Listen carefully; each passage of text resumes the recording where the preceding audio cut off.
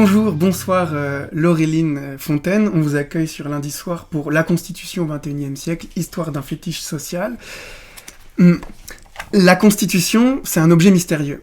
D'une part, on a l'impression que c'est omniprésent. On en parle plus ou moins, mais en même temps, on a l'impression qu'on n'y connaît rien. On ne sait pas ce que c'est, on ne sait pas d'où ça vient, on ne sait pas quand c'est apparu.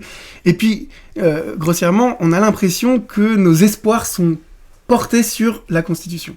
Soit la Constitution est mauvaise et il faut la changer pour une meilleure Constitution, soit un régime sans Constitution, c'est ce qu'on appelle tout de suite, dans la tradition de Montesquieu, un despotisme. Donc, d'une certaine manière, on est pris entre l'idée que il nous faut une Constitution, mais on ne sait pas ce que c'est, il faut qu'elle soit meilleure, mais on ne sait pas vers où, et en même temps, si la Constitution n'existe pas, on tombe dans un despotisme. Le pouvoir est illimité.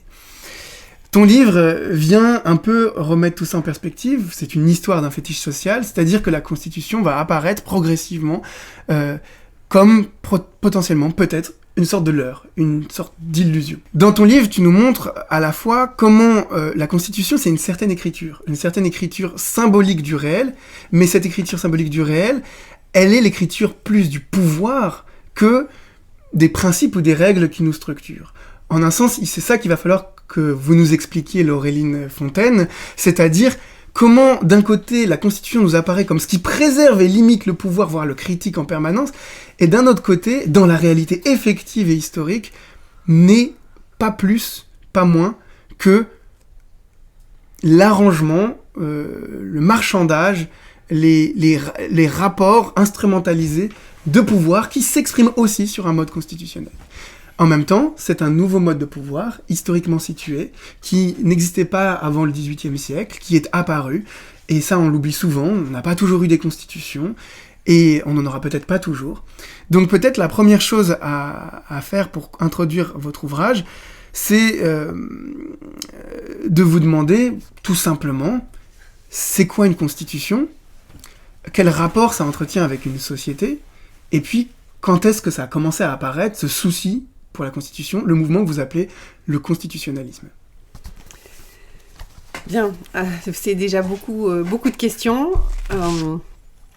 Oui, en fait, je suis partie exactement de ce constat que, globalement, beaucoup de gens, beaucoup de mouvements paraissent mettre un peu leur salut, notre salut politique, dans un texte constitutionnel, soit qu'il s'agisse de le changer complètement ou juste de le modifier à la marge.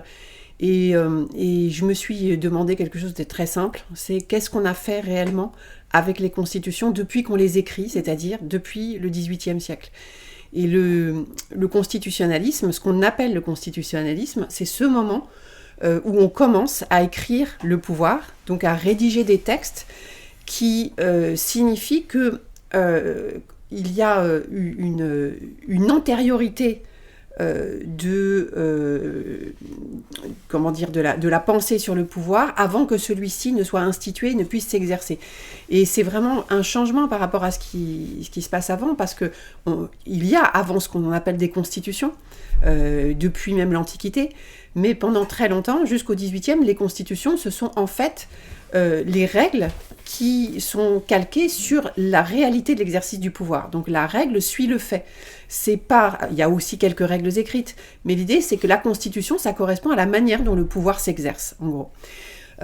Donc il prend acte de cet exercice. Et l'écriture du pouvoir renverse un peu la situation en disant on va d'abord penser le pouvoir avant que celui-ci ne soit institué, et il devra donc s'exercer en fonction des limites que l'on a inscrites dans le texte.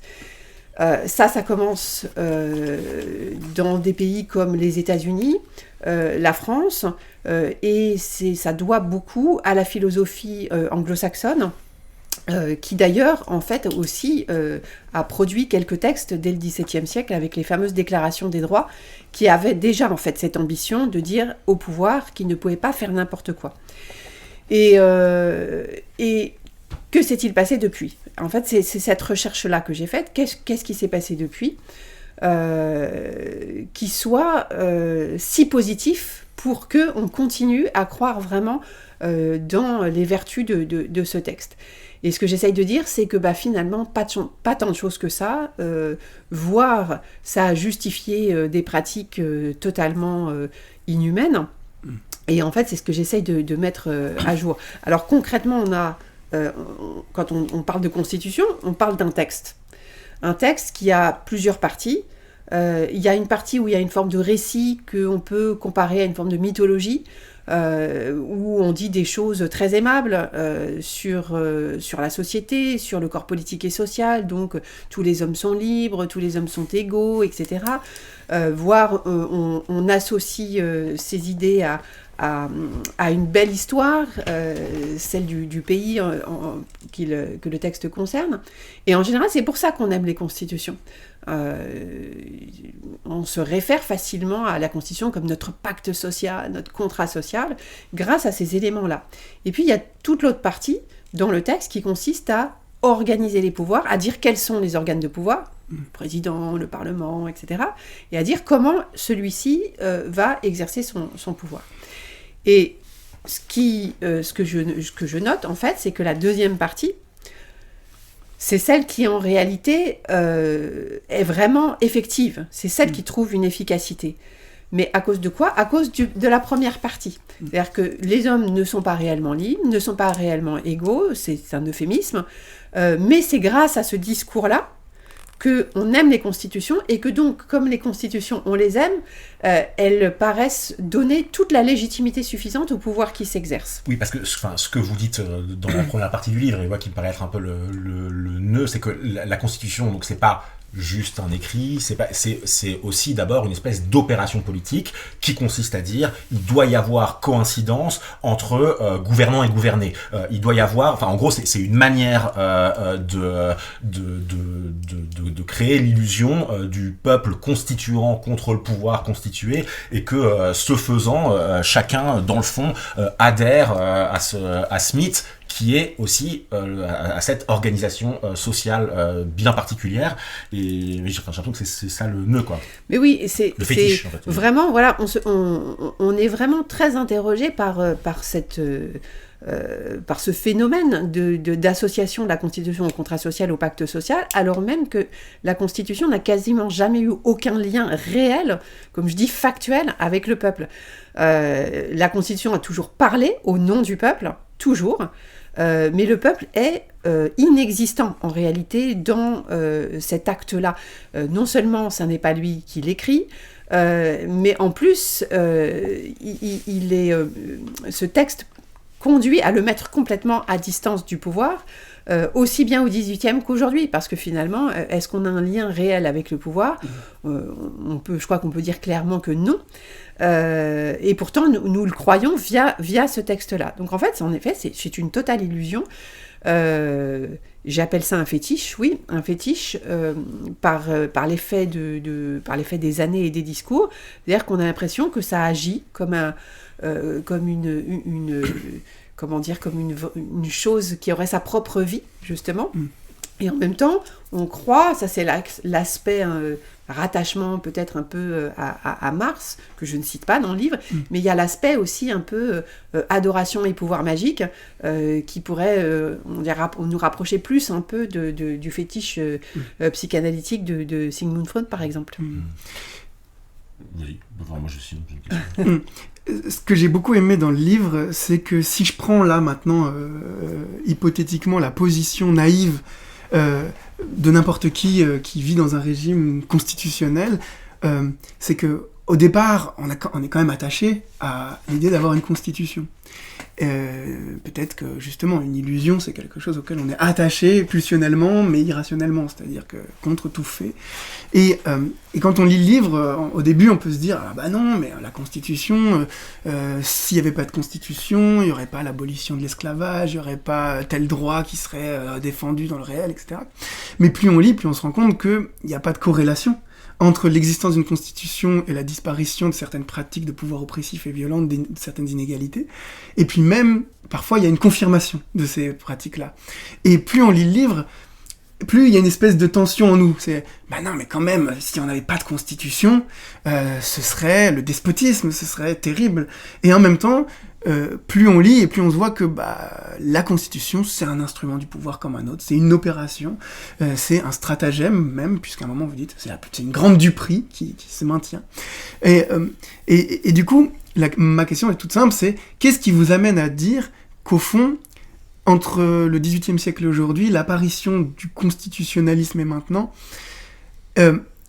c'est pas un progrès, c'est pas un mieux, c'est juste une transformation dans les opérations de pouvoir, mais il s'agit pas de quelque chose qui réalise ce qu'il dit. Qu'est-ce qui vous amène à dire ça ?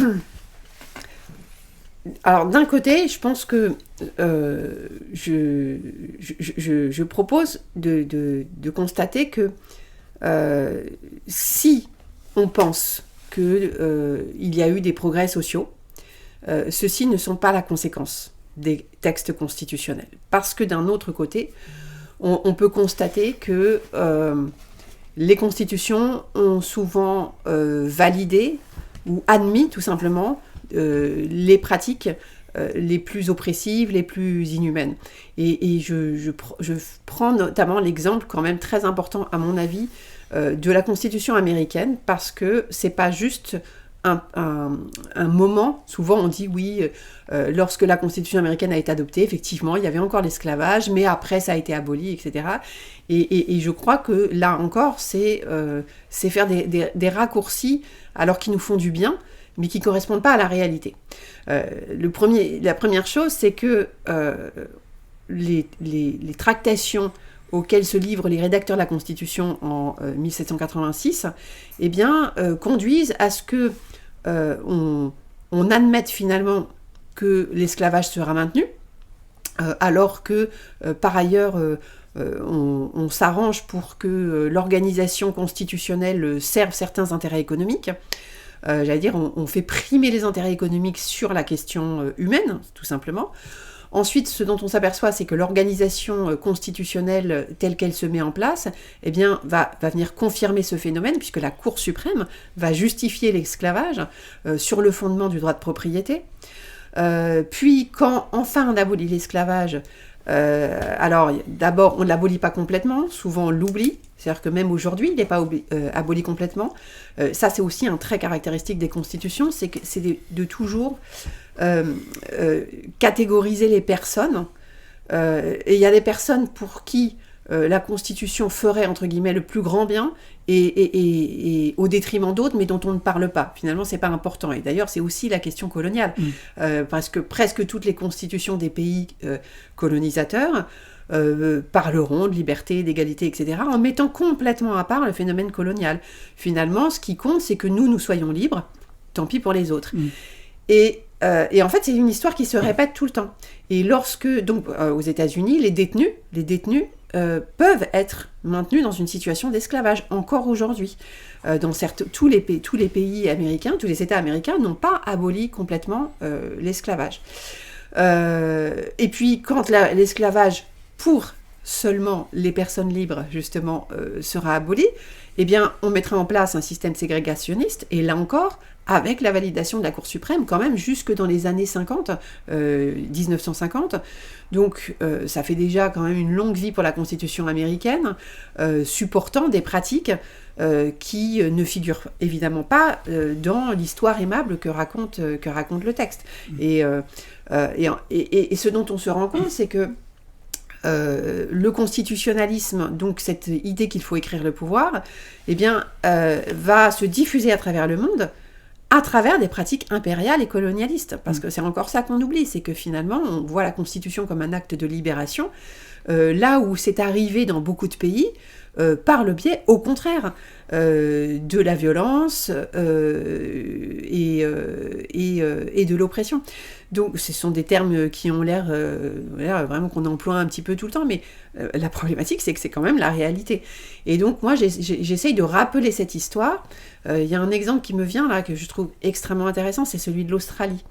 Parce que je donne dans mon livre l'exemple de, si on regarde la page Wikipédia sur le constitutionnalisme ou la constitution australienne, qu'est-ce qu'on voit ? Que le constitutionnalisme, la constitution, elle est née en fait à partir du moment où les Anglais sont arrivés sur le territoire.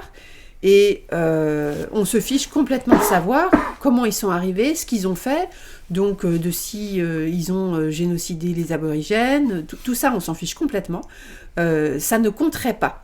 Et en fait, moi ce que j'essaye, c'est de ramener cette histoire-là au cœur du constitutionnalisme, en disant, contrairement à ce qu'on pense, ça n'est pas détachable. Parce que les faits dont je parle, ils sont connus.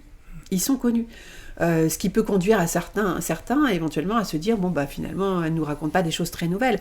Sauf que moi, je fais le lien avec l'histoire constitutionnelle et avec l'idée même de constitution, là où personne ne le fait. Et ça permet ça ouvre un espace de pensée qui est très important, parce qu'on se dit, oui, finalement, qu'est-ce qu'on fait réellement avec les constitutions ? Est-ce qu'on a libéré les peuples avec les constitutions ? Et peut-être que ça permettrait de voir que finalement, il n'y a pas grand étonnement à avoir vis-à-vis des pratiques contemporaines du pouvoir dont on nous parle constamment aujourd'hui dans l'actualité. Alors là, par rapport à l'ordre du livre, parce que là, on doit être à la partie 4, et moi j'aurais voulu revenir aux parties d'avant, parce que en fait, le livre, si on devait un peu le résumer, c'est un peu toutes les bonnes raisons pour lesquelles il ne faut pas croire dans le fétiche de la Constitution. Et donc là, ce dont vous venez de parler, on va dire, en gros, c'est l'espèce de contradiction qu'il y a entre ce que prétendent les constitutions dans leurs écrits et la réalité. Mais alors, moi, en fait, en commençant à lire le livre, et ce qui fait par ailleurs que je pense que on a eu de l'intérêt pour le livre et dans le fait de vous inviter, c'est que, comme Blaise le disait un petit peu au début, cette histoire de constitution, elle est très prégnante dans les milieux de gauche, dans les milieux d'extrême gauche, etc. Donc on voit bien que quand il y a le 49.3, on dit mais non, c'est contre la Constitution. On voit bien Jean-Luc Mélenchon, on dit mais je vais vous vendre la 6ème République. On se souvient, pour ceux qui avaient un peu suivi, que au moment de Nuit debout, il y avait 3 groupes de gens qui non-stop, jour et nuit, pensaient à une nouvelle Constitution. Donc il y a est vraiment très très très très très prégnante cette idée qu'on pourrait se libérer dans la Constitution. Et évidemment, spontanément, nous, c'est un truc, on se dit, oh là là, ça pue l'arnaque, parce que on voit bien comment est-ce que changer la Constitution, c'est vraiment une manière, dans le fond, de rien changer, de tout changer sans rien changer, une espèce d'endroit un peu chelou, comme ça, où on sent bien qu'il y a une espèce d'arnaque. Et donc, se pose la question d'où ça vient en fait on a le sentiment que la Constitution sera toujours impuissante à altérer, à bouleverser l'existence. Enfin, nous en tout cas, pas les gens qui votent à LFI, les gens qui croient dans le truc de LFI, etc. Et donc, pourquoi est-ce qu'on n'arrive pas à y croire, on va dire, spontanément, avant même d'avoir lu votre livre, on va dire, parce que en fait votre livre vient juste confirmer des espèces d'intuitions. Et moi, je me disais, c'est peut-être lié, en fait, à une certaine idée de la politique. Alors, vous savez, il y a cette idée que, dans la Grèce, il y a ce moment de scission entre, d'un côté, l'oikos, la maison, l'économie, et de l'autre, la police, la ville, la politique, quoi. Et que, en fait, et que donc, voilà, ça fait, d'un côté, il y a l'économie qui tourne, on pourrait dire ça aujourd'hui, de l'autre côté, il y a, la politique, qui serait détachée, en fait, de la vie. Et moi, une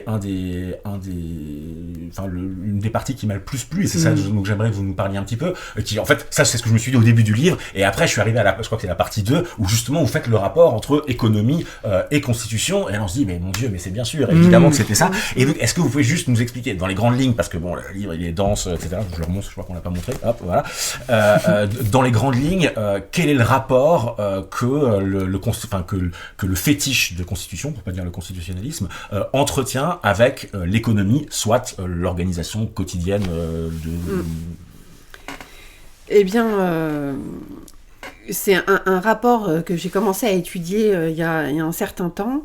J'avais organisé un colloque, il y a eu un livre après qui s'appelait « Capitalisme, libéralisme et constitutionnalisme », parce que j'avais évidemment, comme beaucoup d'autres, mais perçu que au XVIIe, XVIIIe, il y a l'émergence de ce qu'on appelle classiquement la classe bourgeoise, qui est, par exemple, à l'origine des fameuses déclarations anglaises des droits en 1628 et 1689. Et ces déclarations, elles ont vraiment pour objet, pour ambition, de limiter le pouvoir de la monarchie qui intervient trop dans les affaires, comme on dit. Alors il intervient trop dans les affaires, comment ? D'abord parce que souvent il veut faire la guerre, donc il veut de l'argent, et donc il demande de l'argent là où il est.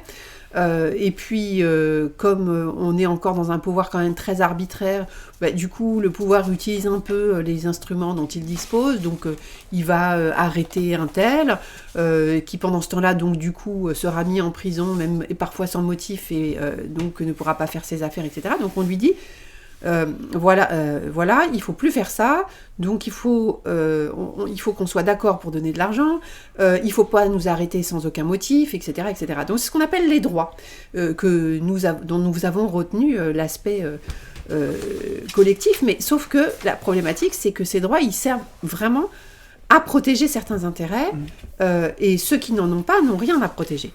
Donc, ils ne sont pas concernés en réalité par ces déclarations. Donc ça, c'était... j'allais dire presque un constat de départ. Mais comment est-ce qu'on fait le lien vraiment structurel, réel avec le constitutionnalisme ? En réalité, il faut remettre ça dans un plus grand contexte. Et l'idée, c'est que je m'aperçois en lisant les philosophes politiques, mais aussi en lisant ou en voyant ce qui se passe au cours des XVIIe et XVIIIe siècles autour du pouvoir, autour des gens qui ont un lien d'une manière ou d'une autre avec le pouvoir, que ce pouvoir-là, justement, ne se pense plus qu'à partir de la question économique. Et tous les philosophes politiques dont on parle, que ce soit Locke, Hobbes ou Montesquieu, par exemple, mais évidemment il n'y a pas que, pensent toujours le pouvoir en lien avec la question économique, quelle que soit la manière dont ils vont envisager ces liens. C'est-à-dire qu'en fait, il n'y a pas une doctrine, pas du tout. Mais on ne pense plus ce pouvoir que comme ça. Et donc, le bon pouvoir, c'est celui qui va permettre que les rapports économiques se déploient de manière la plus harmonieuse possible. Alors, ensuite, il y a différentes manières de le penser. Mais il se trouve que, j'allais dire, ceux qui l'emportent, c'est ceux qui, en particulier, en fait, n'ont pas de rapport affectif à la monarchie. Donc, ce sont pas des nobles, c'est pas trop les religieux, les magistrats, l'armée, etc. Non, ce sont en fait donc ceux qui font des affaires. C'est eux qui finissent par l'emporter et qui vont organiser le pouvoir de telle sorte que celui-ci doit rester à distance des relations économiques.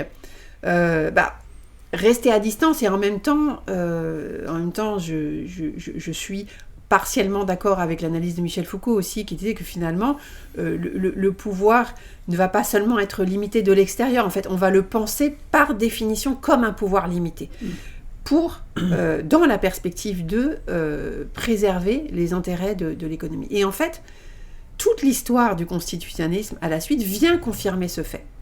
Et ce qui fait que parfois on vient changer les règles constitutionnelles, on vient ajouter des mécanismes ou en enlever.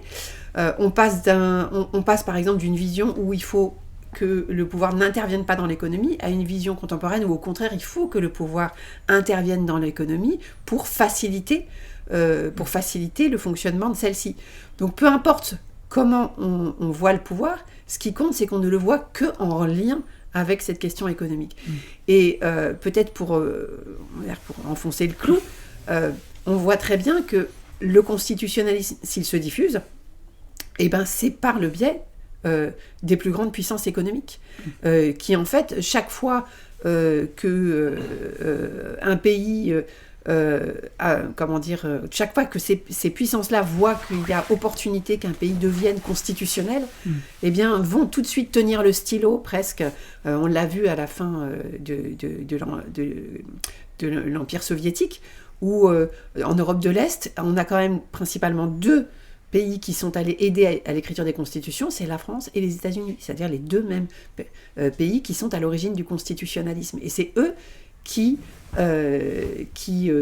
partout on va dire, propagent l'idéologie constitutionnelle, que ce soit en Asie, en Afrique, en Amérique du Sud, chacun dans leur parti. Voilà. Juste pour rebondir là-dessus, ce qui est un passage que je pense qui est très intéressant dans le livre, c'est qui pour le relier à cette question de l'économie, c'est sur la question de la propriété privée. C'est-à-dire que donc très souvent, comme on l'a déjà un peu dit, les constitutions sont perçues, annoncées, présentées comme une manière de libérer les droits, enfin de donner des droits, la liberté, etc., etc. Mais vous dites que en fait une de ces libertés qui elle est toujours là de manière absolument intangible et dans le fond au cœur des processus constitutionnels, c'est la propriété privée. Propriété privée qui est donc une espèce de drôle de liberté. En fait, c'est la liberté d'empêcher l'usage de quelque chose aux autres. Donc c'est une liberté bien un peu bizarre. En fait, c'est un droit d'exclusion. Voilà, c'est ça. Et donc, est-ce que vous pouvez juste nous dire l'imbrication plutôt D'autant que c'est le seul droit qui est dit sacré dans la Constitution révolutionnaire. Oui. Dans les négociations, ils finissent par dire on l'ajoute et en plus c'est sacré, quoi. Enfin, c'est vrai. Oui, parce qu'on mentionne souvent que l'article 17 de la Déclaration des droits de l'homme qui consacre le droit de propriété, à la fin, il est aussi consacré au début de la déclaration, mais il est reconsacré à la fin, a failli ne pas exister. Pour dire, il ne faut pas trop exagérer sur ce droit-là. Alors, ok, pourquoi pas, mais le fait est que non seulement il est là, cet article, qu'on a plein de déclarations des révolutionnaires qui sont en rapport avec la question propriétaire. D'ailleurs, en général, on exclut, à l'époque, c'est très clair, on exclut la démocratie, parce que la démocratie, c'est hyper dangereux pour la propriété. Pourquoi ? Parce que le plus grand nombre n'est pas propriétaire. Donc si le plus grand nombre décide contre le plus petit nombre propriétaire, eh bien, on comprend bien qu'il y a un risque de renversement. Donc on ne veut pas de démocratie. Ce que vous dites dans le livre, effectivement, c'est que on associe constitutionnalisme à démocratie, mais en fait on pense démocratie représentative, souvent c'est plutôt des républiques, et ce que vous dites c'est que, non, les premiers constitutionnalistes, premiers à penser une constitution, sont toujours à poser en même temps l'impossibilité d'une démocratie au sens d'une démocratie réelle, plus ou moins directe, en disant que les peuples ne sont pas capables de démocratie, que ce soit Rousseau qui dit qu'il faudrait un peuple de Dieu, ou Sieyès qui dit que la France n'est pas une démocratie, ne peut pas l'être. Ne peut pas l'être, elle ne saurait l'être. Alors, je reviens juste quelques instants sur la propriété, et justement, pour refaire le lien avec la question démocratique, quand on lit les philosophes d'avant l'écriture des constitutions, la propriété arrive vraiment comme, souvent, elle est présentée comme l'ambition que doit avoir le pouvoir, c'est la protection de la propriété. C'est sa première ambition, et notamment, c'est dans un chapitre de John Locke, c'est vraiment, la propriété, ça doit être l'horizon, la protection de la propriété, l'horizon du pouvoir. Et ce que je note aussi, c'est pas très souvent noté, mais c'est que régulièrement dans le texte de Locke, il parle, au lieu de parler de droit au pluriel, il parle de propriété au pluriel. C'est-à-dire qu'il associe les deux termes, et à mon avis, c'est pas tout à fait pour rien, justement. Parfois, il parle de propriété au sens de droit de propriété sur une chose, qui permet d'exclure les autres de l'usage de cette chose. Mais justement, le fait que parfois, il se met à parler de propriété au pluriel pour désigner les droits, montre vraiment la prégnance, à mon avis, de cette question-là. Et quand on observe quand on analyse l'organisation constitutionnelle américaine au regard des qualités des constituants, on s'aperçoit que la propriété, ou un certain type de propriété, d'ailleurs à l'époque justement, l'émergence de la propriété industrielle capitaliste qui nécessite pour ceux qu'elle concerne une organisation constitutionnelle différente de ceux qui ont des intérêts plus traditionnels, fonciers, agricoles, etc. Et donc ça détermine une organisation constitutionnelle, et si on sait bien lire, parce que c'est quand même ça aussi parfois qui se joue, si on sait bien lire par exemple l'article 5 de la Constitution américaine, eh bien on voit qu'au Congrès, au Congrès de la Fédération, il appartient de régler toutes les questions relatives à la propriété, même si le terme n'est pas employé. Mais la propriété, elle est impliquée dans beaucoup d'activités. Toutes les activités entrepreneuriales, industrielles concernent la question propriétaire. Et en réalité, si on sait bien lire, effectivement, il n'est pas question de droit de propriété à cet endroit. Il n'en sera question qu'ensuite dans les amendements. On s'aperçoit qu'en réalité, elle est là. Et elle est toujours là. Mais pour qui veut bien lire et pour qui fait justement le lien avec tout le contexte à la fois économique et sociologique dont je parlais. Et donc, en effet, de démocratie, il n'y a absolument pas. Et ce qui est vraiment important à dire, c'est que quand on dit à l'époque, on ne veut pas de démocratie, et tout le monde, en général, comme un seul homme, dit oui, mais attention, à l'époque, la démocratie est purement et simplement associée à la démocratie directe, populaire. Donc c'est de cela dont ils ne veulent pas. Sauf que, ce que je trouve assez extraordinaire, c'est que on finit par donner le nom de démocratie à un régime qui, précisément, au départ, était conçu comme l'opposé de la démocratie. Et donc, on institue au départ ce qu'on appelle un gouvernement représentatif, et celui-ci, presque comme par magie, devient une démocratie représentative, par l'effet de quoi ? Par l'effet quand même de quelque chose. Il s'est quand même passé quelque chose, et ce quelque chose, c'est l'ouverture du suffrage. Mais là encore, il y a quelque chose de vraiment intéressant, c'est que le suffrage, l'élection, au XVIIIe siècle, et depuis toujours, ça n'a jamais été considéré comme un mode démocratique, jamais. Ça a toujours été considéré comme de la nature des oligarchies ou des aristocraties. Et donc on fait devenir ce système démocratique.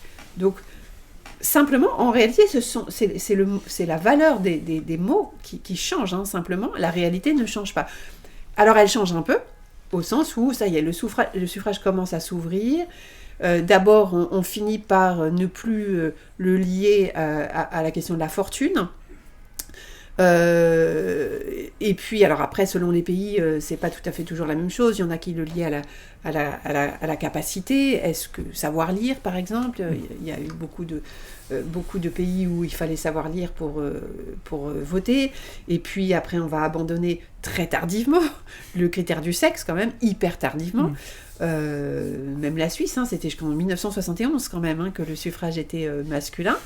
Mais c'est pas grave, c'était quand même une démocratie. Bon.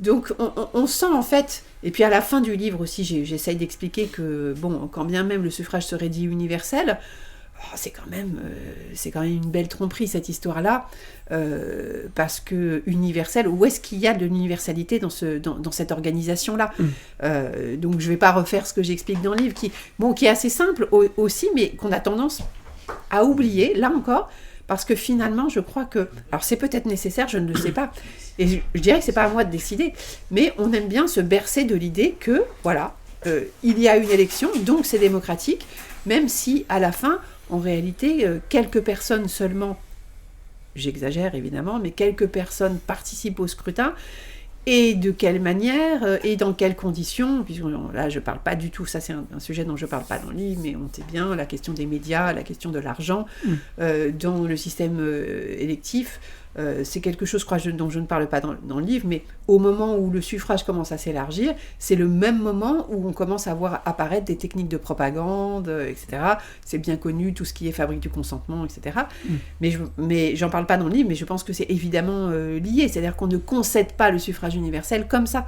C'est-à-dire qu'on le concède à condition qu'il donne le résultat que l'on veut. Et pour être extrêmement rapide, de ça non plus, je ne parle pas dans le livre, mais quand même, on a bien vu pour le phénomène français ce qui s'est passé en 2017, c'est-à-dire que... mais on peut comparer ça aussi à l'élection de Barack Obama aux États-Unis, hein. C'est-à-dire qu'en fait, il n'y a jamais eu autant d'argent, autant de médias dans une campagne, et c'est la personne qui bénéficie le plus de la couverture médiatique et du plus d'argent qui l'emporte. Je pense que ça devrait sacrément nous interroger. Ouais, et encore là, moi j'entends absolument, je pense que vous avez raison. Et en même temps, moi je trouve que dans le fond, l'argument fondamental de votre livre, il est plus puissant que celui-là, Oui, bien sûr. qui est que, grosso modo, quand bien même tout le monde aurait voté en pleine conscience, bien informé, et aurait fait son acte citoyen, il y aurait 100% d'adhésion à tel ou tel candidat. En fait, ce qu'on comprend, enfin moi, ce que je comprends en tout cas, et ce que je retiens, ce qui me paraît vraiment crucial dans votre démonstration, c'est que dans le fond, le pouvoir, il est pas dans la Constitution. Enfin, en fait, la domination, en tout cas, elle se situe pas là. Et je sais pas, j'ai l'impression qu'on a 1000 exemples comme ça. Je sais pas, quand Tsipras se fait élire, finalement, juste droit derrière, il vend la Grèce. Enfin, on pourrait, voilà, tous les gens qui se plaignent que le NFP a gagné les élections. Et puis en fait, non. Enfin, c'est-à-dire qu'il y a et ça vous le dites très bien, et je pense que ça revient sur la question en fait plus générale de l'état d'exception dans le droit. C'est que dans le fond, il faut prendre ces questions de forme, ces questions de loi, ces questions de droit uniquement comme des outils de pouvoir, mais ce qui est premier, c'est pas la bienséance, la démocratie, etc. Et puis il y aurait des Emmanuel Macron un petit peu excessifs. Quand on suit votre fil, on comprend que à tout moment, les formes juridiques sont absolument soumises à l'exercice du pouvoir. Et ça, je pense que vous devez mieux savoir ça que moi, mais le premier qui dit ça, c'est évidemment l'horrible Carl Schmitt, mais quelle espèce de lucidité et d'honnêteté de dire, mais en fait, le souverain, c'est celui qui décrète l'état d'exception. Et ça, c'est un truc je crois qu'on l'a déjà dit dans des vidéos, on l'a dit évidemment dans plein de textes, mais ça me paraît absolument crucial, c'est qu'il y a une très mauvaise compréhension de ce qu'est l'état d'exception. C'est que la plupart du temps, les gens disent ça un petit peu, ah oui, c'est l'état d'exception, on suspend le droit, alors que c'est comme si c'était un excès, alors que tout l'intérêt de relire Schmitt et de ces penseurs-là, c'est que précisément, on comprend qu'au fondement même du droit, ce qui est premier, c'est l'état d'exception. L'état d'exception, c'est qui nomme l'ennemi, qui a le pouvoir, qui est souverain, et ensuite, on bricole des constitutions, on bricole des machins, des bidules trucs, et donc l'excès, le pouvoir, la puissance, la domination, il est premier. C'est pas Emmanuel Macron qui abuse un peu. C'est au cœur même du droit, il y a le pouvoir, la souveraineté et la possibilité de d'écrabouiller autrui. Oui, alors, oui, pour moi, oui et non. C'est, bon, au sens, d'abord, moi, la question de la souveraineté, c'est pas du tout un concept que j'utilise et avec lequel je travaille. L'instrument du droit, je suis d'accord pour dire de manière extrêmement simple, et je pense qu'en effet, ça traverse en grande partie mon livre, c'est que il se déploie comme un outil effectivement de domination. Il y a vraiment, je pense, aucune difficulté là-dessus, et que ponctuellement, oui, on peut dire qu'il y a telle victoire, ici on obtient gain de cause, etc.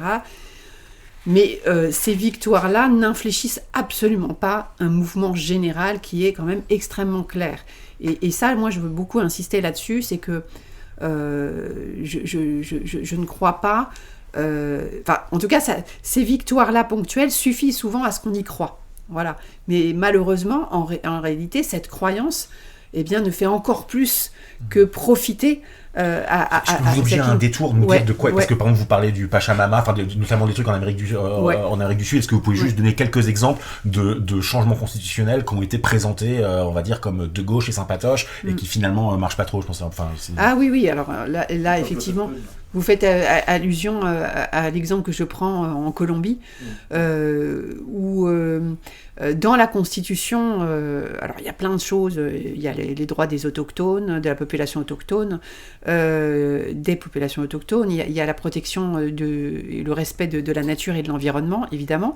Et sur cette base-là, la Cour constitutionnelle peut décider des choses importantes, de dire par exemple qu'une activité d'extraction minière, si elle est destructrice de l'environnement et des populations qui y vivent, peut être arrêtée, interdite, etc. Et c'est ce qu'elle a fait, sauf que le droit se structure et est structuré et se transforme toujours pour trouver la solution à ce qui va faire qu'on va empêcher finalement ces bonnes règles d'être effectives.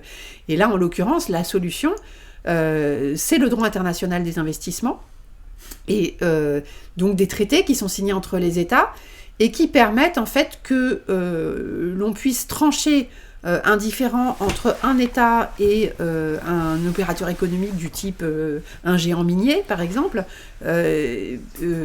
en vertu des règles qui ont été conclues dans ce traité et en se fichant totalement de ce qui est écrit dans la Constitution ou dans n'importe quelle Constitution.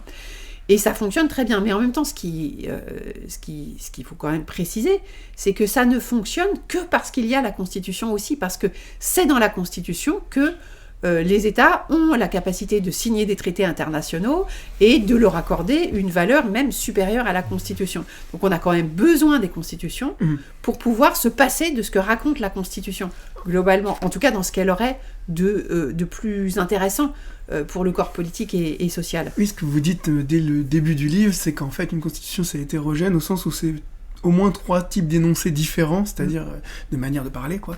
Il y a des énoncés d'appartenance pour nous relier au peuple, et puis peut-être à une culture, une tradition, des énoncés d'adhésion qui nous séduisent, en fait, qui nous disent « Ah bah ouais, c'est trop bien d'avoir une constitution, parce qu'on parle de liberté universelle, d'égalité, de fraternité », et puis des énoncés institutifs qui, généralement, sont ceux qui ont le plus de performativité, au sens, c'est ceux qui définissent effectivement ce que peut faire un souverain, et c'est moins l'idée que ça cache ce que fait vraiment le souverain, que l'idée que de toute façon le souverain, enfin le gouvernant, les gouvernants, ou les rapports de force économique, peu importe, manipulent ou instrumentalisent en permanence n'importe quelle règle à leur propre fin. C'est pas, les premières parties énonciatives, on appartient à telle communauté adhésive ou séductrice, il y a telle valeur, elles n'ont pas de...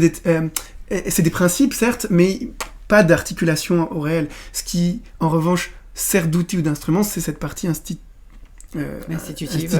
oui. Ouais. Et puis d'autres éléments. Et par ailleurs, dans votre livre, vous dites à plusieurs reprises que si on regarde bien une constitution, ce qui est effectif, ce qui est réel, c'est toujours ce qui dépend de la normativité économique. C'est toujours ce qui dépend des rapports de force économiques à un moment donné. Tout le reste flotte et appartient à une sorte de leurre et d'illusion. C'est-à-dire qu'il n'y a pas seulement de l'illusion, toute la Constitution n'est pas illusoire, c'est plus la partie effective de la Constitution, c'est celle qui préserve l'économie, et l'autre partie est illusoire et leurrante, séductrice, comme vous dites. Du coup, moi, ma question à laquelle je reviens dans ma tête depuis tout à l'heure, c'est une phrase aussi de Foucault, c'est « Le pouvoir n'est jamais brut, il se montre jamais tout nu, il a toujours besoin d'oripeaux, de vêtements, d'habillements, de maquillage. » À quoi ça sert ?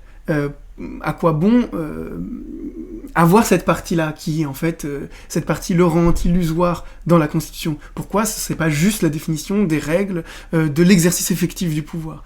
Pourquoi il y a une partie d'illusion ? Parce que sinon ça ne fonctionnerait pas. Oui. C'est-à-dire que sinon l'institution du pouvoir ne fonctionnerait pas. C'est qu'il faut bien instituer le pouvoir pour de bonnes raisons. Et donc s'il n'y avait pas cette partie-là, en effet, ça ne marcherait pas. Si on ne parlait pas au nom du peuple, si on ne disait pas plein de belles choses à propos de ce que devrait faire le pouvoir, eh bien ça ne marcherait pas.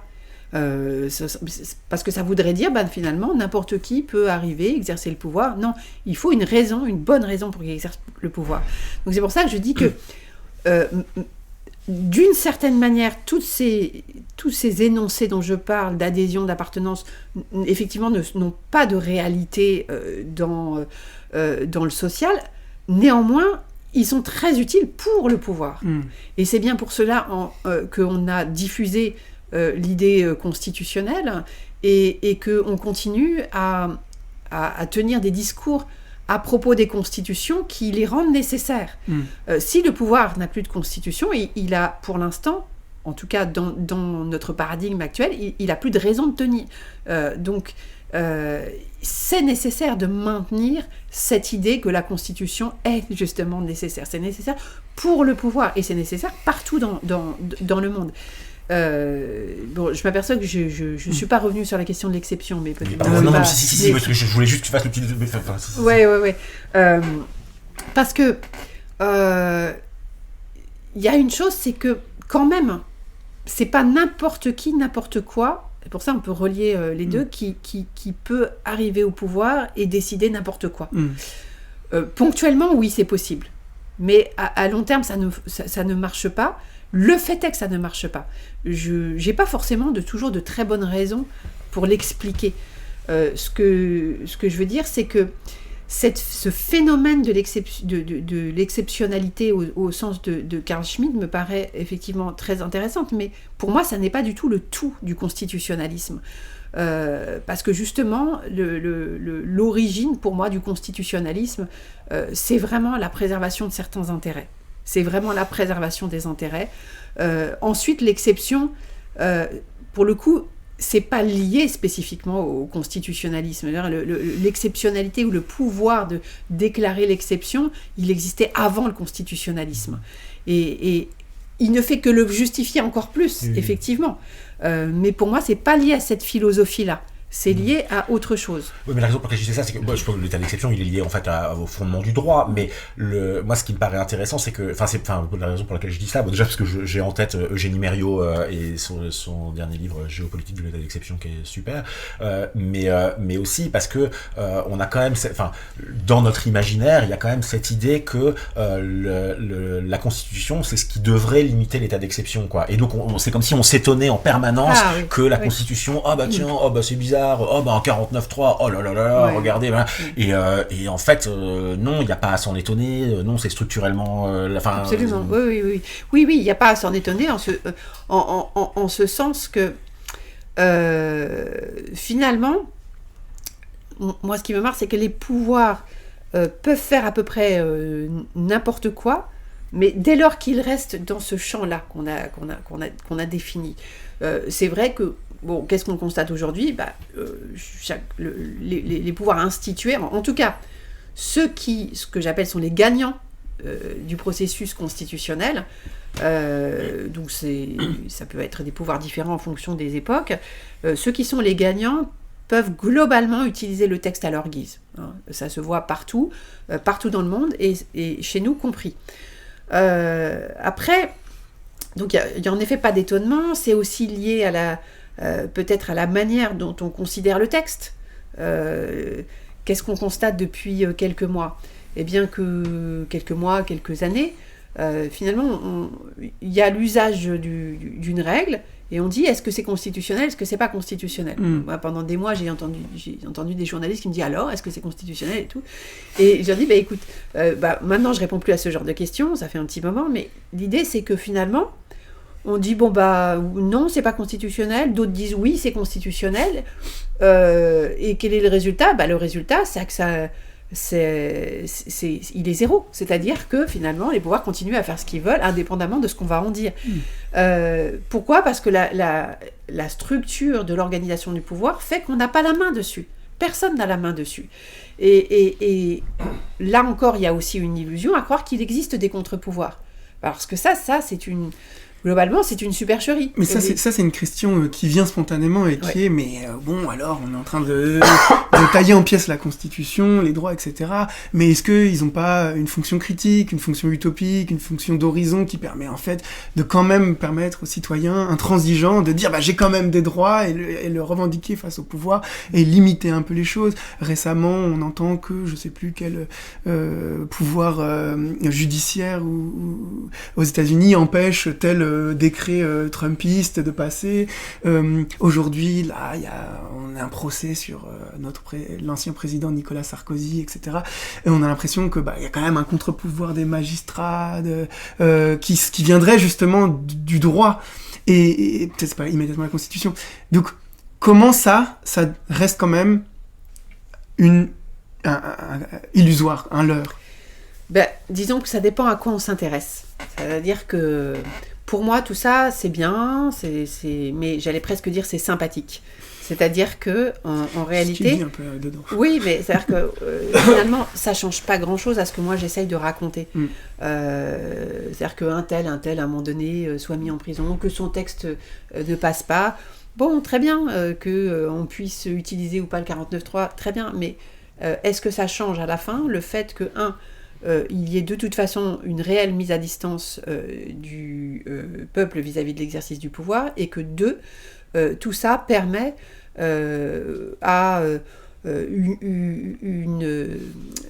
une forme de pensée des rapports sociaux au prisme des intérêts économiques, de prospérer tout à fait sans contrainte. Je pense à la justice constitutionnelle. La justice constitutionnelle, son principal effet, c'est d'assurer les libertés économiques. C'est vraiment ça son principal intérêt. On regarde les jurisprudences des cours constitutionnelles, alors qui suivent le mouvement de ce que font les parlements et les gouvernements. Mais justement, les parlements et les gouvernements qui sont rentrés presque tous dans une logique qu'on dit simplement néolibérale, adoptent des textes qui vont dans cette logique-là, et que font les cours constitutionnelles ? Globalement, elles ne les censurent pas. Parfois, elles censurent justement quand ils ont des aspects sociaux. C'est quasi systématique. Moi, ça me surprend toujours quand on dit que l'une des grandes décisions du Conseil constitutionnel français, c'est la décision sur la taxation à 75% des plus hauts revenus.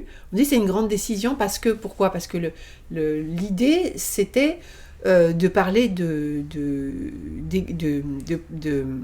j'ai oublié évidemment le terme, mais pas de justice fiscale, mais il y a un autre, l'impôt confiscatoire. Voilà, c'est l'idée de l'impôt confiscatoire. Donc tout le monde pense que c'est bien l'impôt confiscatoire, parce qu'on est presque tous, effectivement, à pas gagner tant d'argent que ça, soit à pas payer d'impôts, soit à en payer un tout petit peu, et ça nous paraît déjà trop pour certains. Et du coup, impôt confiscatoire, ça a une bonne gueule aussi dans l'expression. Sauf que ici, il s'agissait en réalité d'une mesure qui était présentée d'ailleurs par le président de la République de l'époque comme une mesure de justice sociale. Et on dit c'est une grande décision. C'est-à-dire qu'il y a toujours un renversement qui me paraît assez incroyable.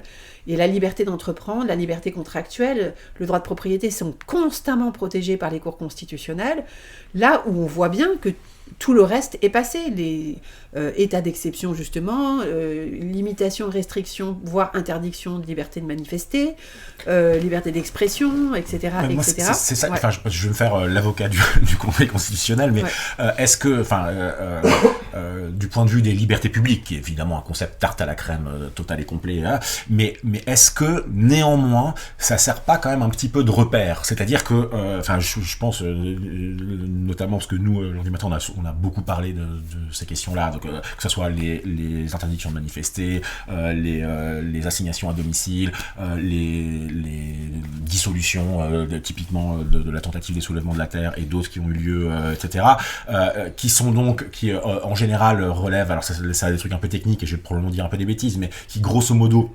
relève des décisions administratives, qui donc en fait passe par-dessus la justice. Donc typiquement la dissolution des soulèvements de la terre, c'est le Premier ministre et puis je sais plus quels deux autres ministres qui signent le truc, et hop, c'est un décret, c'est comme ça. Bon, et là à ce moment-là, moi j'ai l'impression que vraiment sans croire au pouvoir du Conseil d'État, qui néanmoins l'invalide tout en rendant les conditions de la dissolution encore plus simples. Enfin bref, c'est du point de vue des libertés publiques un échec, mais néanmoins, est-ce que ça ne nous sert pas un petit peu de repère, où à un moment donné, on se dit « Ah tiens, c'est marrant, avant, il allait de soi que manifester est un droit, il allait de soi que un préfet ne peut pas signer un papier qui nous interdit de sortir de chez nous. » Et puis là, non, finalement ça passe. Enfin, est-ce que ça sert pas encore un petit peu de repère pour voir tout ce qui se dissout des libertés publiques dans la configuration particulière du pouvoir qui est celle de maintenant, à savoir dans une espèce de forme de fascisation douce mais confiante. Alors, de ce que je comprends de la question, c'est que quelque part, c'est un peu effrayant en fait, parce que en quoi ça sert ? Enfin, ça sert de repère où on dit c'est en train de se passer, et donc on le voit. Bon, de toute façon, je dirais Conseil d'État ou pas, globalement dans une société, on voit toujours que le phénomène de fascisation, je pense, s'aperçoit indépendamment de ce que va en dire le juge, même si c'est vrai. Je pense que les juges sont toujours des très bons repères. Là encore, je trouve que peut-être le juge pourrait être à certains égards une illusion, mais c'est quelque chose moi que j'explique régulièrement en cours, en disant, mais un peu comme les constitutions, je dis, est-ce qu'on a vu une constitution changer quelque chose ? Non, on ne voit pas une constitution changer quelque chose.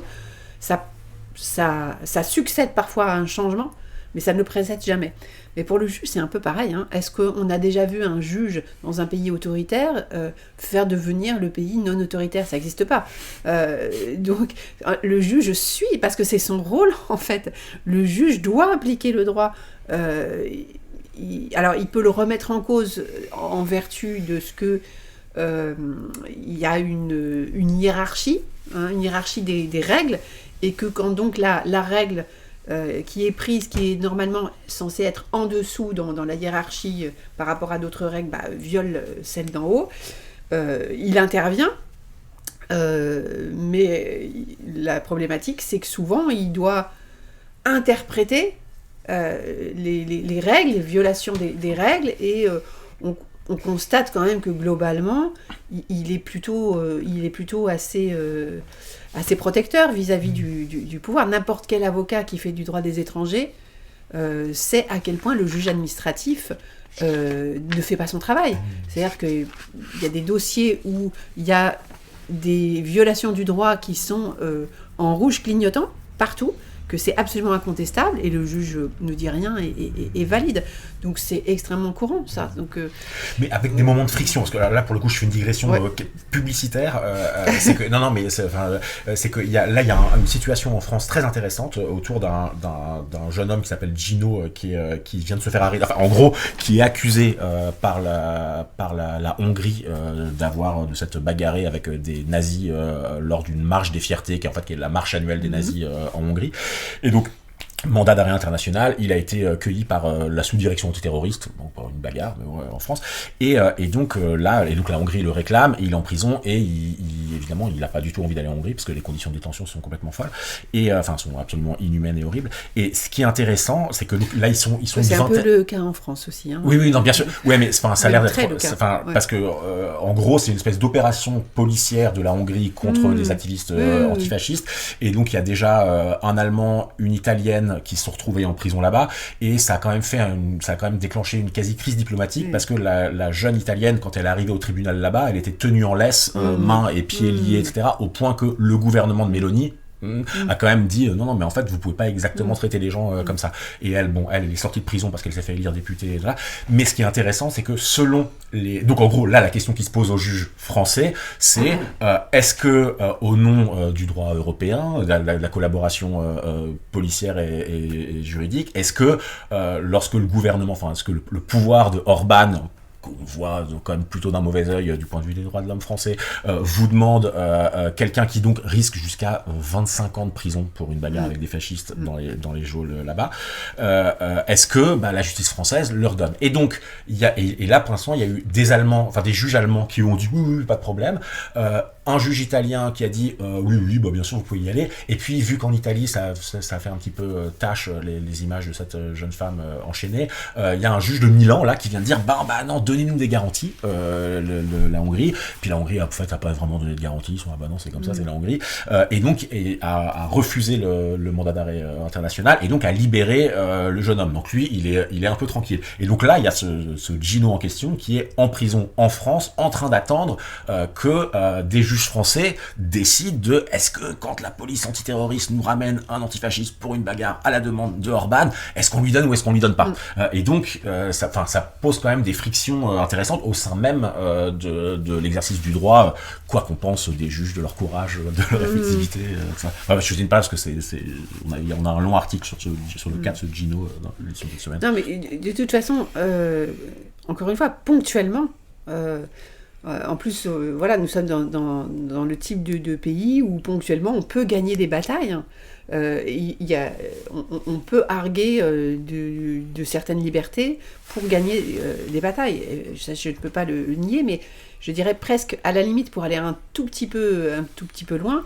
C'est ce que je racontais à quelqu'un. J'étais en Pologne il n'y a pas longtemps, et une journaliste polonaise. Je lui disais, ce qu'il faut bien comprendre, c'est que les libertés nous sont accordées. Alors ça a l'air un peu obsessionnel chez moi, mais ça n'est pas tant que ça, qu'à la mesure de ce que ça ne nuira pas de toute façon au bon déploiement toujours des rapports économiques dont on sait que leur résultat, c'est quand même de produire des très très grandes inégalités sociales, de la misère sociale, de l'esclavage, tout simplement, dans beaucoup de pays du monde.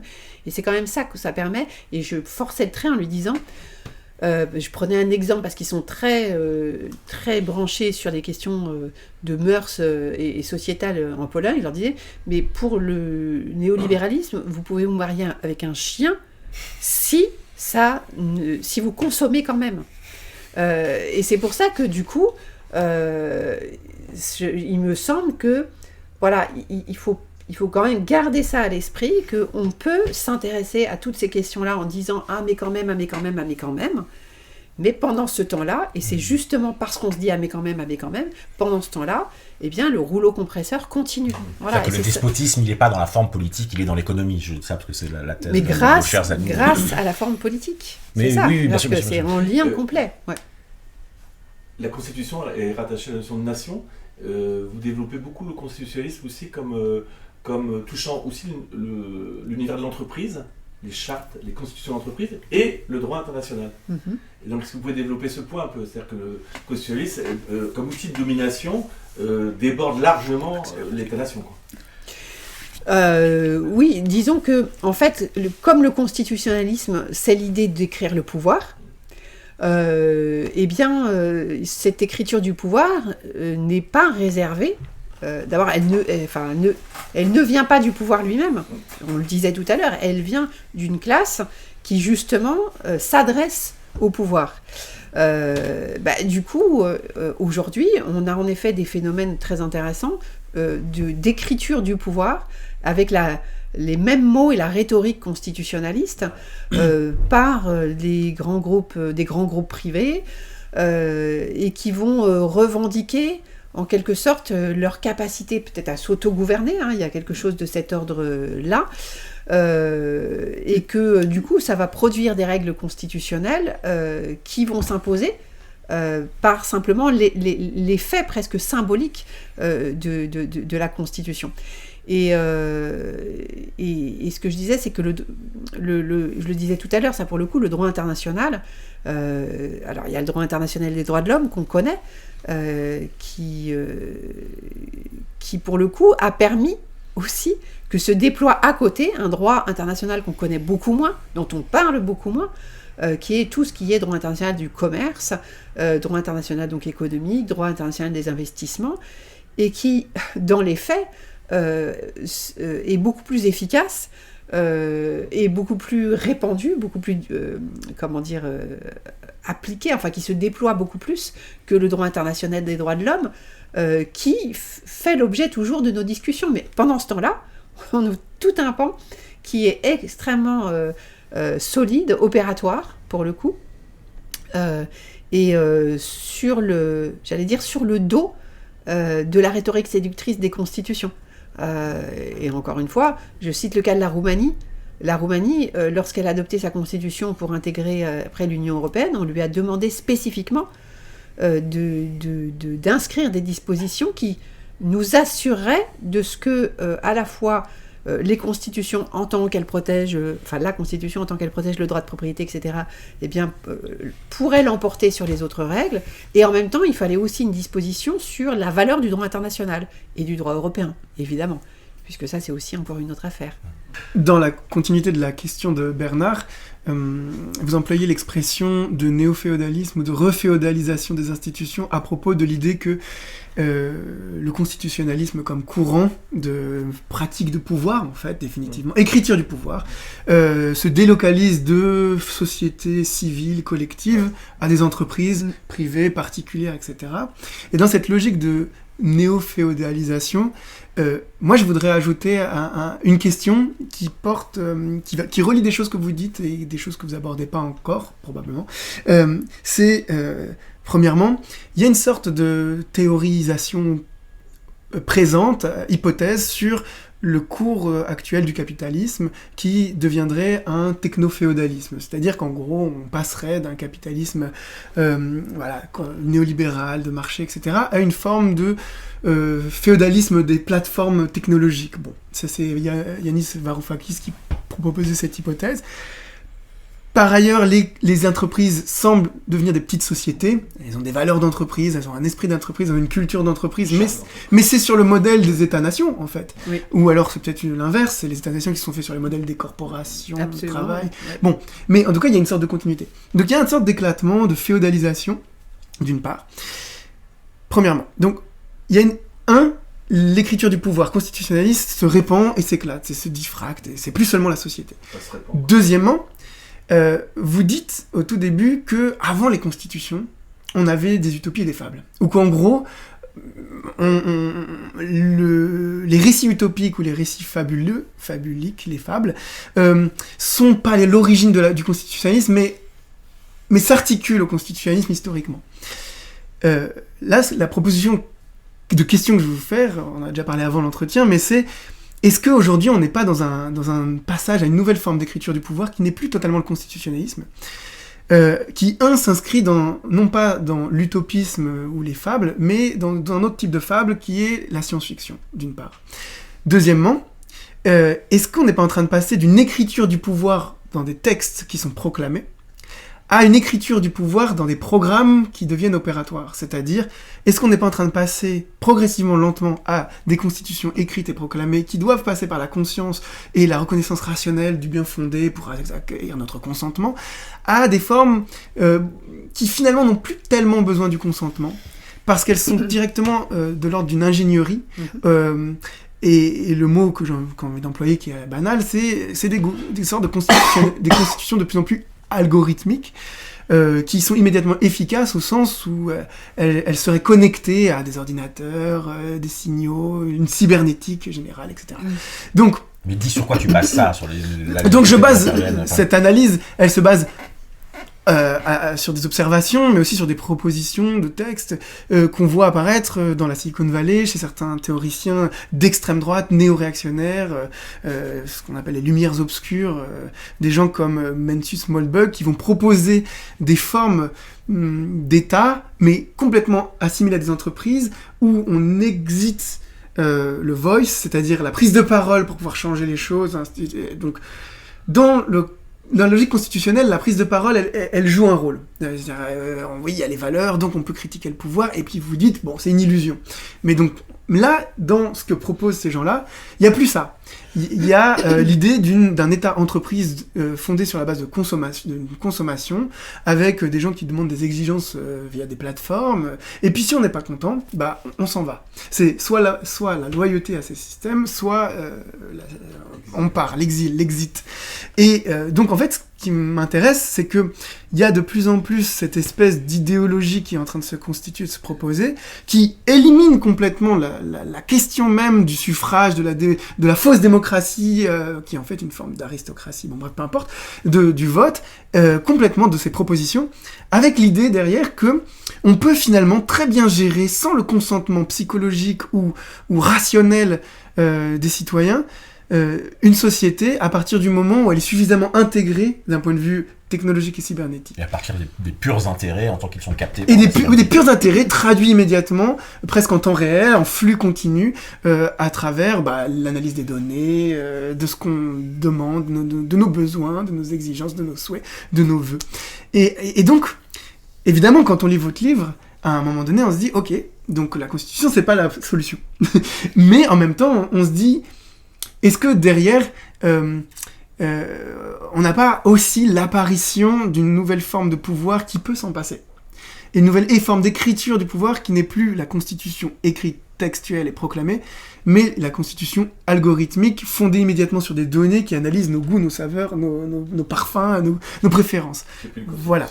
Et du coup, ça s'inscrirait plutôt dans un héritage fictionnel qui n'est pas l'utopie, Thomas More, mais qui serait la science-fiction. Et on voit Elon Musk qui se revendique de la science-fiction pour imposer une forme de techno-féodalisme. Voilà, très longue question, mais bon. Alors, est-ce que j'ai le droit à une très longue réponse? Non. Oui. Il y a beaucoup de choses qui me viennent à l'esprit en écoutant ça. Il se trouve que peut-être les éléments de réflexion que je peux donner, en fait, sont pas spécifiquement liés, à mon avis, à la question constitutionnelle, parce que ce dont vous parlez, c'est en partie l'objet d'un travail que je suis en train de faire plus général sur le droit. Et donc ça viendra dans un autre ouvrage, mais j'avais été frappée par cette proposition je crois, un astrophysicien américain extrêmement connu, de constitution qui tenait en une seule ligne, une seule phrase où il disait que finalement il ne peut y avoir que de lois qui dérivent en quelque sorte de la science. Je ne sais plus comment il disait ça. Mais c'est ça, c'est que je pense que le pouvoir se pense pour s'exercer à partir des logiques qui sont repérables dans l'espace social. Et c'est vrai que se développe, pour le coup, à mon avis, c'est une caractéristique notamment montrée dans le livre de Stigler sur « Il faut s'adapter ». Le néolibéralisme, c'est ce moment où on commence à expliquer rationnellement en quoi on ne doit pas participer de l'exercice du pouvoir parce qu'il relève de la technique. Et d'ailleurs, c'est intéressant parce que le terme de technocratie a pour spécificité de montrer que toute considération humaine est exclue de la question technique, de la décision. On décide en fonction de considérations techniques en dehors des considérations humaines. Et ça ne peut marcher que si se diffuse dans l'espace social cette idée que la science, c'est bien. La science, c'est bien. Ce qui est scientifique, c'est ce qui est bien. Et en effet, on a déjà un pouvoir, en réalité, qui est de moins en moins fondé sur la parole et sur l'expression de la parole.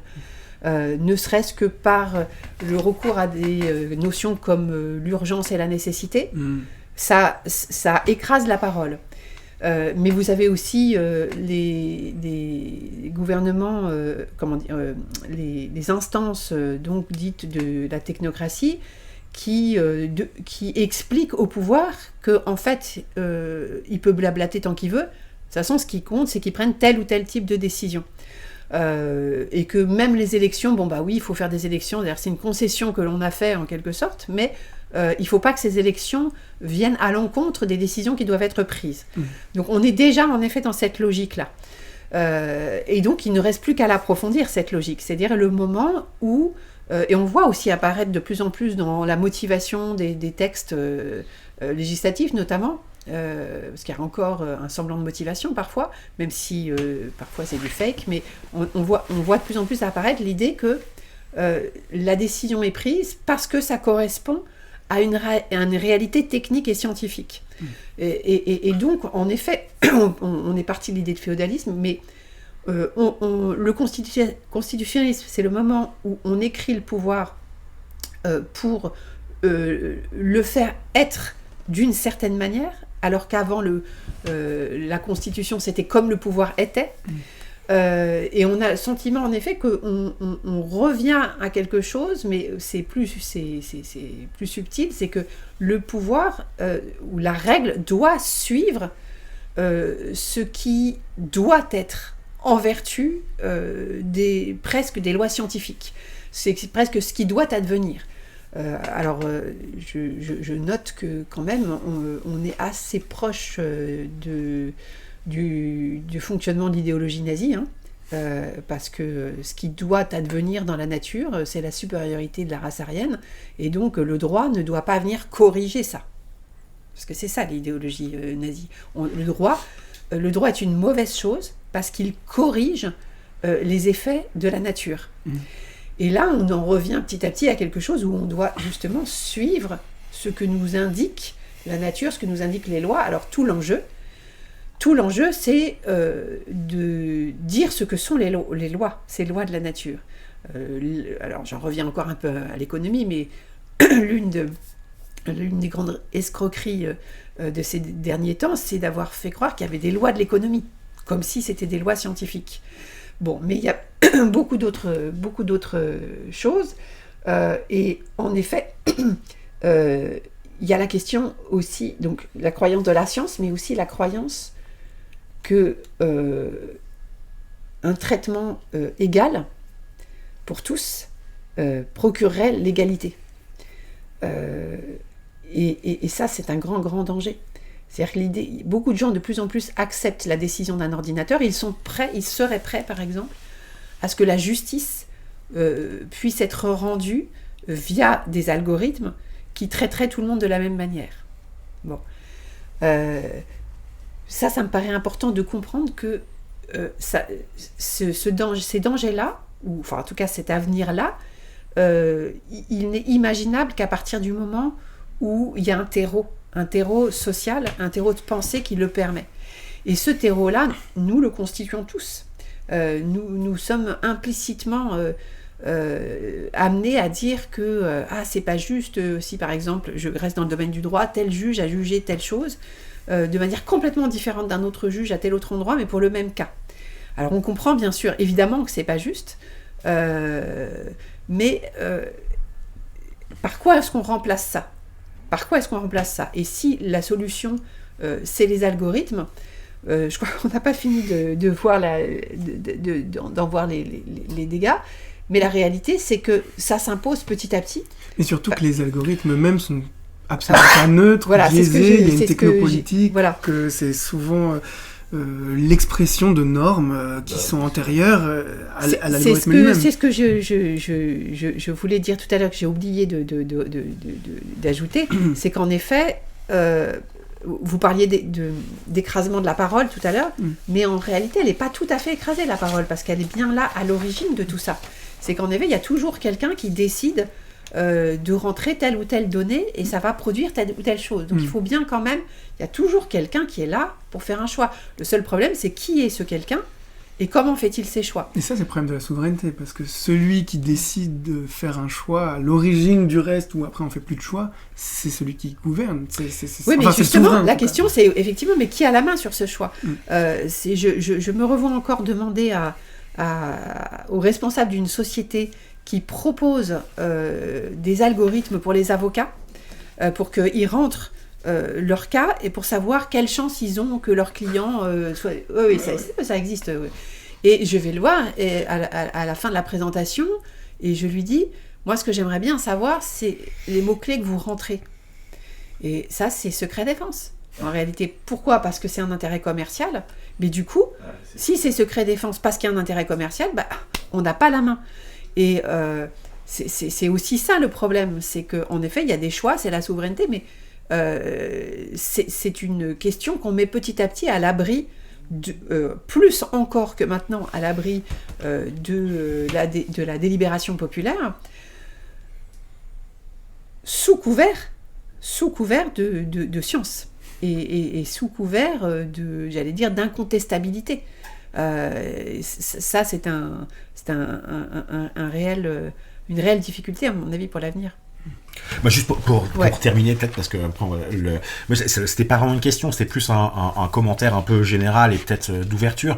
C'est que quand on lit votre livre, alors je parle, donc nous on dit c'est très bien parce que, comme je disais au début, nos intuitions, qui sont un peu plus que des intuitions, sont confirmées, mais on imagine bien que par exemple des gens qui sont attachés à ce doudou de la 6ème République, de la 6ème République, de la Constitution, de la réécrire, etc., eux vont pas un peu être là sur le truc, vous critiquez, mais qu'est-ce que vous proposez ? Votre livre propose rien, il détruit ce fétiche. C'est peut-être probablement la seule chose qu'il y a à faire avec cette grande illusion discursive, les fétiches. Mais donc effectivement, on reste sur sa fin à la fin, mais peut-être pas tant que ça. Ce dont je voulais parler, ce que je voulais évoquer, c'est que nous, dans des livres, des articles, etc., on a, enfin nous et pas que nous, d'autres gens avant nous, on a essayé un petit peu de penser et d'avancer un concept qui pourrait apparaître un petit peu radical chic de loin, mais qui je crois ne l'est pas du tout, qui est le concept de destitution. Et donc je vais pas en faire toute la généalogie là, mais c'est-à-dire qu'on est politiquement, en tant que citoyen français, pris, j'ai l'impression, dans une espèce de contradiction, c'est que d'un côté, on voit bien que la Constitution actuelle, etc., ça ne fonctionne pas, tout ce que vous dites. De l'autre, on voit bien qu'on est aussi bloqué dans une espèce d'histoire révolutionnaire qui, à chaque fois, a reconduit le même phénomène, qui est d'ailleurs, on conteste l'État, enfin on conteste le le gouvernement, le pouvoir, etc., etc. Et puis on va réinstituer un nouveau pouvoir, réinstituer le mythe du peuple constituant qui est mieux que le pouvoir constitué qu'il y avait avant, etc. Et puis bon, dans le fond, à chaque fois, ça se mord la queue et on n'arrive pas à se sortir en fait de cette espèce de mécanique. Et l'intérêt je trouve de ce contexte, de ce système de destitution, c'est que il nous oblige un petit peu à prendre une espèce de contre-pied, ou en tout cas d'essayer de repenser à nouveau cette question-là. C'est-à-dire que on voit bien ce qu'il y a dans institution, dans constitution, il y a le ST, quoi, la stabilité, le machin, enfin l'idée que les choses devraient être un petit peu fermées comme ça, ce qui est l'acte du pouvoir. Et donc ce thème de destitution, en fait, son origine, sa vraie origine, en fait, même s'il le savait pas, c'est Walter Benjamin sur la question du droit et de la violence, qui grosso modo, en fait, pose cette question-là et dit, il faudrait trouver une forme de violence qu'il appelle pure, qui en fait ne vient, enfin qui évidemment est contre le pouvoir, mais ne prétend pas dans le même geste réinstituer un nouveau pouvoir, quoi. C'est en gros une espèce de rapport au pouvoir qui en reste distant en même temps qu'il le conteste. Et donc en fait cette idée de destitution, c'est un petit peu ça, se dire en fait peut-être que l'agir politique, c'est un mot horrible, l'agir politique, mais peut-être qu'en fait le geste politique adéquat à cette période, où à la fois on ne peut pas compter sur le pouvoir, on ne peut pas imaginer que on va le réformer ou le machin là, et on ne peut pas non plus imaginer réussir réellement à le défaire en le prenant frontalement, en lui contestant son fondement. Et peut-être qu'en fait c'est un geste qui est à la fois un geste, on va dire, d'attaque, de contestation, et un geste aussi de sortir, un geste de sortie, quoi, un geste de mise de côté, etc. Alors, je veux bien, quand on dit ça comme ça fait un peu littérature, philo, etc. Mais c'est que d'un seul coup, quand on lit ces textes-là, je pense à une intervention vraiment très bien de Giorgio Agamben d'il y a assez longtemps sur la puissance destituante, d'un seul coup, ce qu'on voit, et moi c'est ce que j'ai vu dans votre livre, c'est à quel point est-ce que nos perceptions sont complètement prises dans une métaphysique, dans un certain regard sur le monde, etc., etc., où en fait, dès qu'on se dit, mince, les fondements même sont pourris, on sait plus, on est un peu tout nu, on sait plus où aller, alors qu'en fait, peut-être que ce qu'il faut, c'est repenser notre rapport même au pouvoir, aux politiques, etc., etc. Et donc, Agamben, dans ce texte-là, ce qu'il dit, par exemple, c'est que, dans le fond, le cœur du geste destituant, en tant qu'il ne retombe pas dans le même piège, c'est, en fait, de revenir à la distinction que je disais au début, entre oikos et police, c'est-à-dire d'imaginer que la politique, il y a la politique à l'extérieur et l'économie qui gère la vie, mais au contraire d'assumer ce que lui appelle les formes de vie, c'est-à-dire une vie qui n'est pas séparable de sa forme, c'est une vie qui n'est pas séparable de son élément politique en fait, et donc qui a à voir avec une politique de la pure expérimentation, du vivre ensemble, etc., et pas une projection hors de soi qui est le propre de la politique moderne, quoi. Donc, non, mais si, moi je trouve ça très, très, très pertinent de relier à ça. Je crois qu'aujourd'hui, il y a une forme de paresse de la plupart de nos acteurs politiques qui prônent le changement à ne pas penser le changement sans changer les catégories avec lesquelles on pense la société politique. Si je reste simplement sur la question de la Constitution, je dis souvent j'entends oui mais il faut bien commencer par quelque chose. Ce que j'explique c'est que justement c'est surtout pas par ça qu'il faut commencer, parce que si on commence par ça veut dire qu'en effet on reproduit de manière indéfinie la logique. Donc moi, je ne sais pas si la question constitutionnelle est définitivement à écarter du combat politique. Ce que je dis, c'est qu'en tout cas, ça ne passe pas d'abord par ça. Et c'est à peu près évident. Et que si on commence par ça, on a toutes les chances, en fait, de retomber sur les mêmes écueils. Donc, changer nos catégories de pensée, c'est sans doute le plus difficile à faire. Parce que c'est toute une éducation à refaire, c'est toute... des repères c'est des repères à perdre, exactement. Mais c'est pour ça que je propose dans cet ouvrage au moins de montrer où sont les repères pour que on puisse plus facilement les dissoudre ou faire des pas de côté. Mais comme on n'en a pas conscience, et en fait voilà, moi je crois que finalement ce que je propose fondamentalement dans cet ouvrage, c'est de nous recaler par rapport à nos représentations de la Constitution, de dire voilà, on pense la Constitution comme ça, mais en fait c'est plutôt ça, et donc à partir de ce moment-là, essayons de commencer à penser. C'est un peu l'idée. Il y a une phrase de Marx qui semble résumer quand même un peu la structure de tout ce livre. J'avais pas pu vous empêcher. Oui. La démocratie est l'énigme résolue de toutes les constitutions. Ici, la Constitution est incessamment ramenée à son fondement réel, à l'homme réel, au peuple réel. Elle est posée non seulement en soi, d'après son essence, mais d'après son existence, d'après la réalité, comme l'œuvre propre du peuple. Moi, j'aime bien cette idée que peut-être le processus destituant, on peut l'appeler démocratie aussi. Bon, bref. Ça fait tout le monde. Mince, c'est devenu lame.